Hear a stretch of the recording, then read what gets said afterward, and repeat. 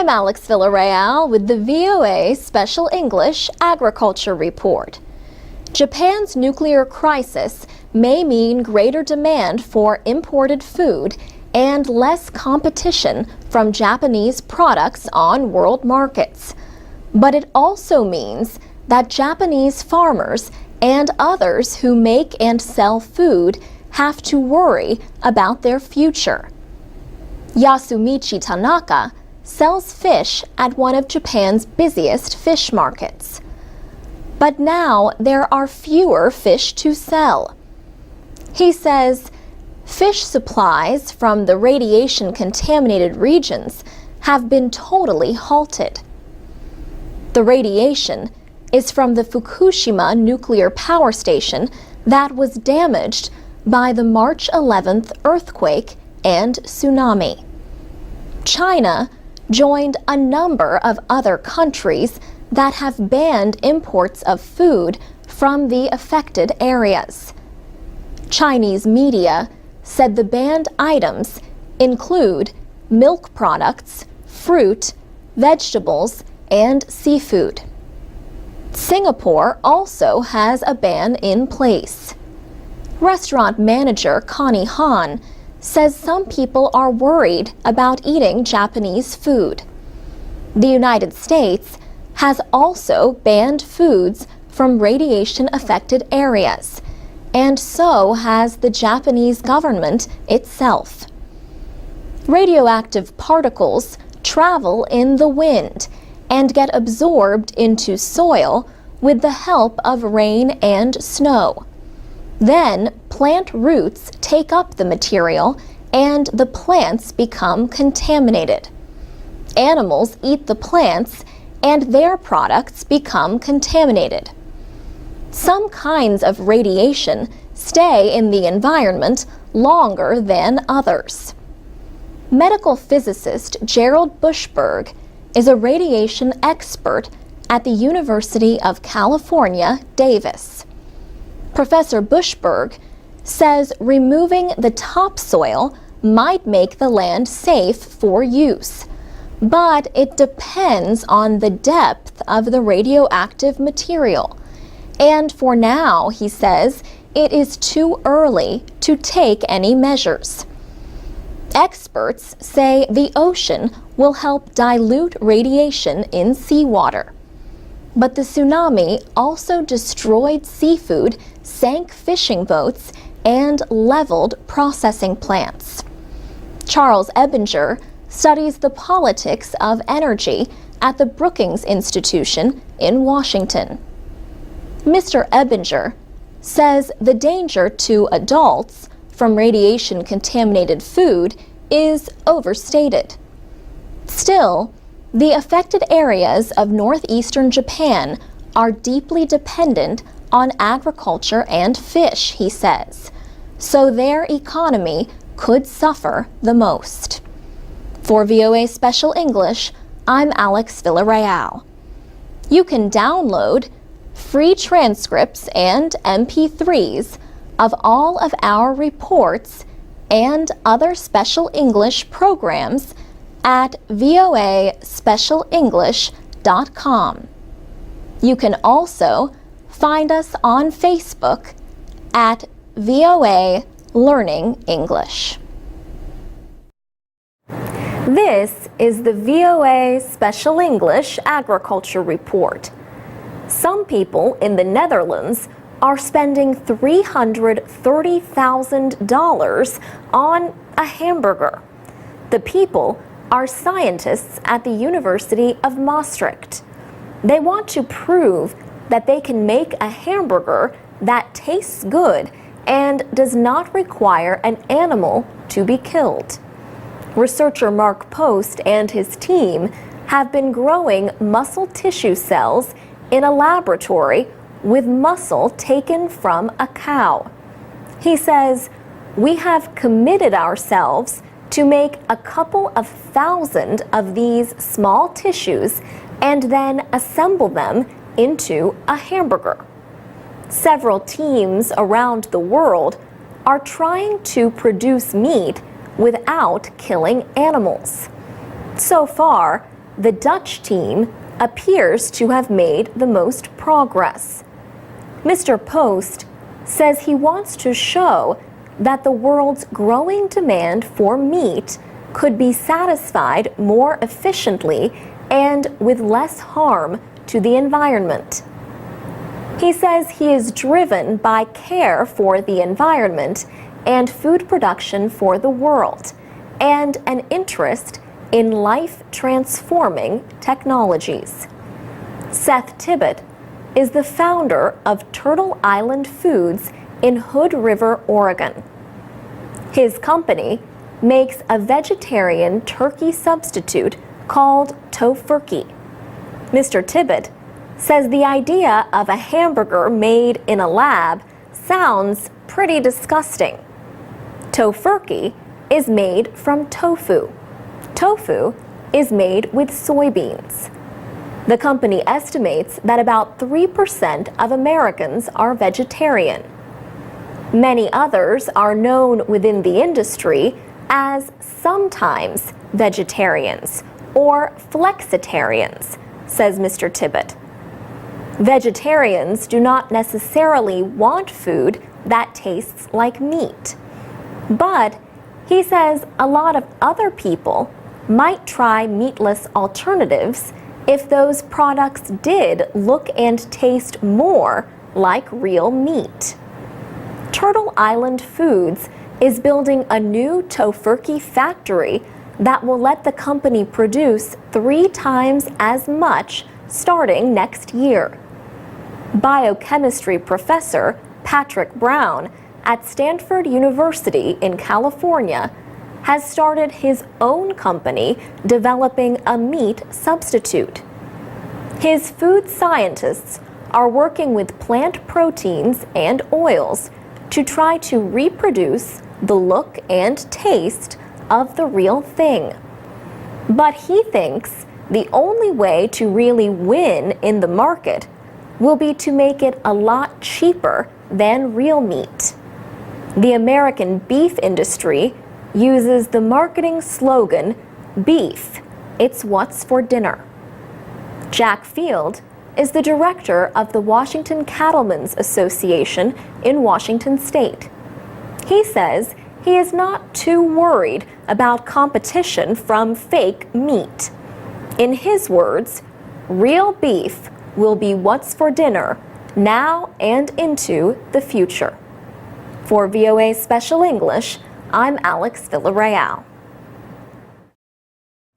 This is the VOA Special English Agriculture Report. Companion planting is the idea that some kinds of plants can help each other grow. Plants that are compatible together generally have similar needs in terms of nutrients, soil, and moisture levels. Advice about which plants are compatible is sometimes based more on tradition than proof. But experts say there is evidence to support certain combinations. These can improve harvests, reduce disease, and help with pest control by attracting helpful insects. For example, some kinds of soil bacteria take nitrogen from the air and make it into a form that plants can use. The plants hold the nitrogen in their roots. Legumes are especially good at this nitrogen fixing. Then any crops that share the same space as the legumes can get the nitrogen as the roots decompose. Beans and potatoes can also share territory well because their roots reach different levels in the soil. Deep-rooted vegetables get nutrients and moisture from lower down in the soil, so they do not compete with plants with shallower roots. But some plants placed together may harm each other's development. For example, tomatoes do not like wet soil, but watercress does. So you would probably want to keep them separated. Some kinds of produce should be kept apart even after being harvested. This is because of ethylene gas. Ethylene is a plant hormone that can cause some foods to ripen too quickly. Apples release ethylene gas. Apricots, melons, and tomatoes also release a lot of ethylene. Some vegetables are easily affected by ethylene, including asparagus, broccoli, cabbage, and cucumbers. This risk of ripening too soon is why markets often separate high ethylene producing foods from those that are sensitive to the gas. But if you put an apple in a bag with a green banana, the ethylene from the apple will make the banana ready to eat sooner. What about peaches, plums, and nectarines that are too firm to eat? These kinds of fruit do not need any help from an apple. They release enough ethylene to ripen themselves. But that does not mean there is no way to get the job done faster. Growers suggest placing the fruit in a fruit bowl or in a paper bag with the top folded over. Keep the fruit at room temperature, out of direct sunlight. Once the fruit is soft enough to your liking, it should be either used or refrigerated to keep it from getting too ripe. Yuck. For VOA Special English, I'm Mario Ritter. You can download texts and MP3s of our programs and learn English at voaspecialenglish.com. This is the VOA Special English Agriculture Report. South America's Amazon is the largest tropical rainforest and river system on Earth. But the Amazon is disappearing at the rate of about 800,000 hectares a year. This deforestation is caused by an increase in agriculture and cattle ranching and the building of roads and dams. Another cause is the illegal cutting of trees for logging companies. Now, a new study says ancient Amazonian farming methods could offer valuable lessons for today. The study looks at the pre-Columbian period. Christopher Columbus and other European explorers began arriving in the Americas in the late 1400s. The researchers studied a coastal wetland area where ancient farm beds and canals remain unchanged. The site is in French Guiana. A widely held belief is that pre-Columbian farmers used a great deal of fire to manage Amazonian ecosystems. But the scientists say their study calls this idea into question. It shows that raised field farmers limited their burning to improve agricultural production. Jose Iriarte from the University of Exeter in England was the lead author of the study. Mr. Iriarte says fire results in the loss of important nutrients for crops. When land is not being used for farming, periods without fire are the most effective in rebuilding soil organic matter and preserving soil structure.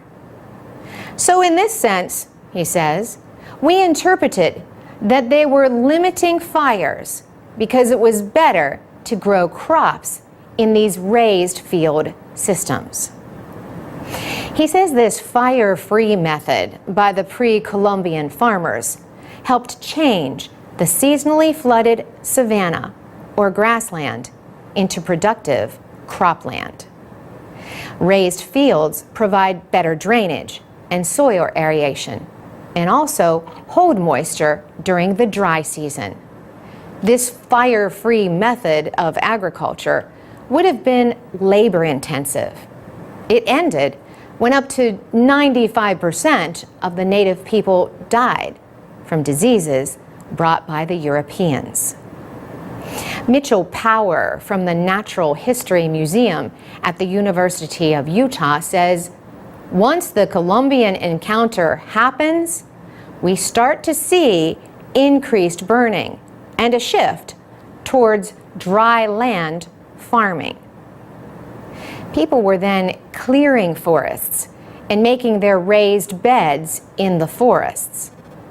The European colonizers brought slash and burn methods that remain a threat to the rainforest. Experts say at current rates, more than half of the Amazon's tropical rainforest could be gone by 2030. The study is in the proceedings of the National Academy of Sciences. For VOA Special English, I'm Carolyn Presutti. This is the VOA Special English Agriculture Report. For many years, people in American cities have depended on farmers in rural areas to grow fruits and vegetables. But now, a new generation of farmers is planting crops in urban areas.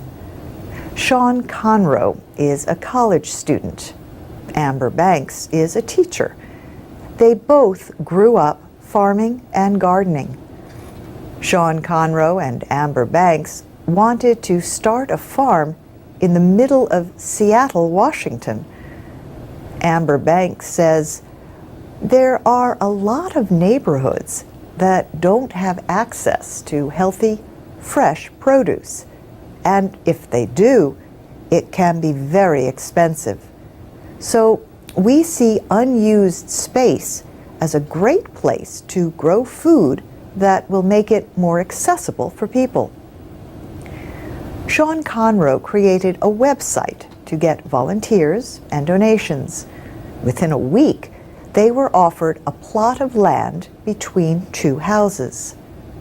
He says 20 volunteers worked for 6 weekends to turn the grassy land into a farm. They call their project Alley Cat Acres. He says they are growing spinach, onions, radish, lettuce, and chard that are ready to be harvested. There are also carrots, green onions, peas, beans, and turnips. And they are growing broccoli, tomatillos, cucumbers, and strawberries. The Alley Cats have harvested about 90 kilograms of produce so far. They have donated most of it to local food banks that feed hungry people in Seattle. Bridget Barney was sitting in the dirt picking lettuce. She is one of 80 people who are volunteering at this urban farm. Like a lot of the volunteers, she does not have much gardening experience. One of the goals of the urban farm is to show city people the joys of growing food. The Alley Cats invite school groups to the farm to help out. And Amber Banks says they want the same people who get food donations to learn how to work the soil. Sean Conroe says Alley Cat Acres is expanding to other areas of Seattle. He says his group would like to expand as much as possible where there is empty land that has good sunlight, access to water, and a community supporting the project. Seattle has declared 2010 the year of urban agriculture, but the growth of these farms is limited.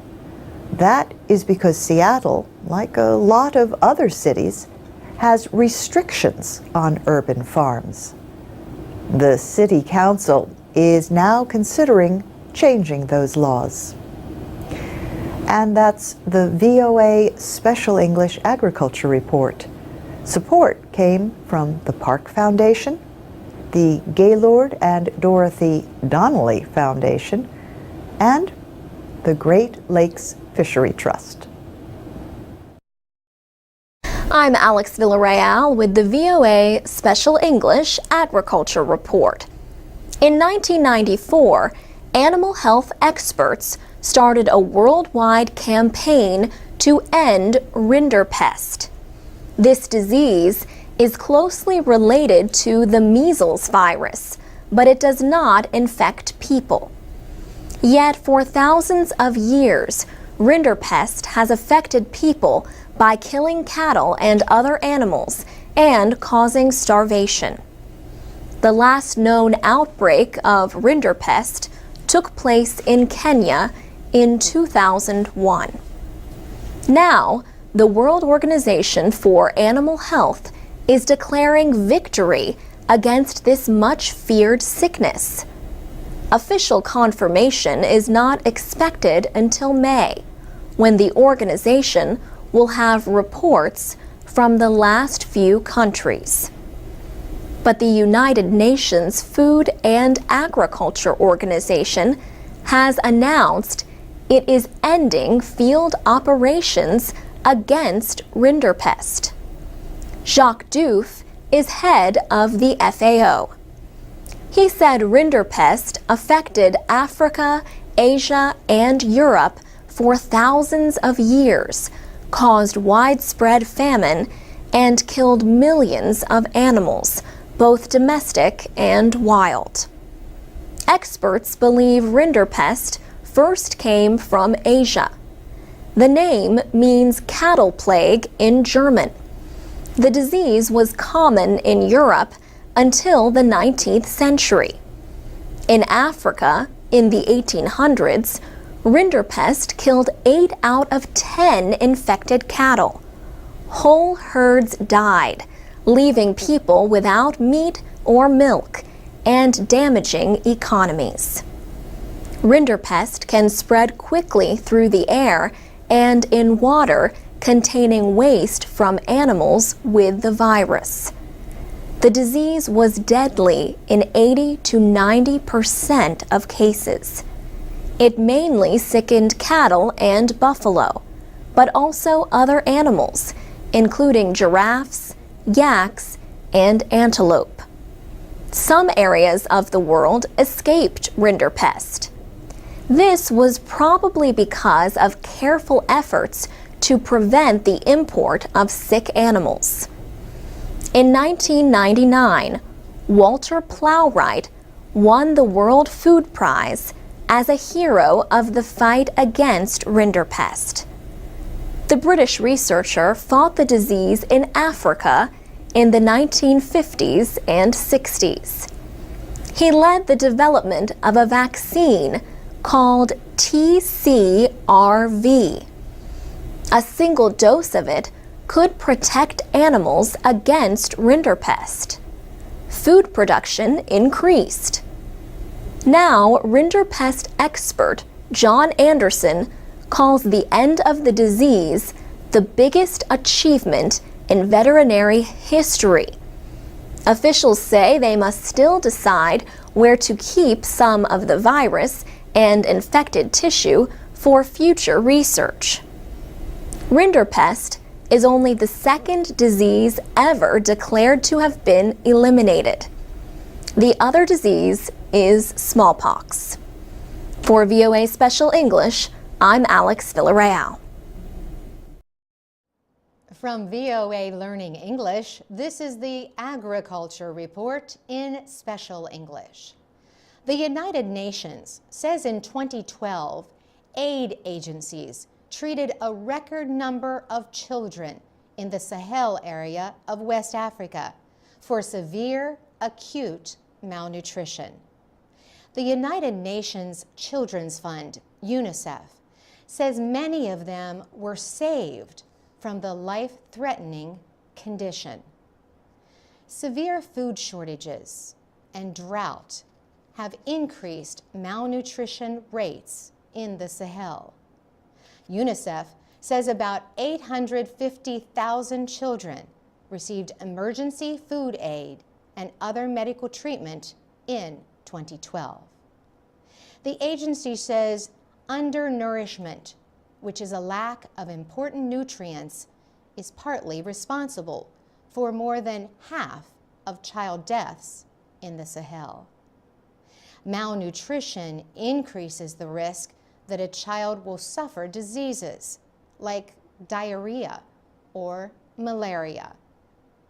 Felicite Chibindat is UNICEF's nutrition advisor for the Sahel. She says preventing malnutrition is very important during the first 2 years of a child's life. She says malnutrition can also affect a child's risk of cardiovascular disease, high blood pressure, and diabetes. Felicite Chibindat says malnutrition has an economic effect as well. She says the World Bank estimates that the area's economic productivity lost 2 to 3% last year because not enough was done to prevent malnutrition. UNICEF says malnutrition is more than not getting enough food.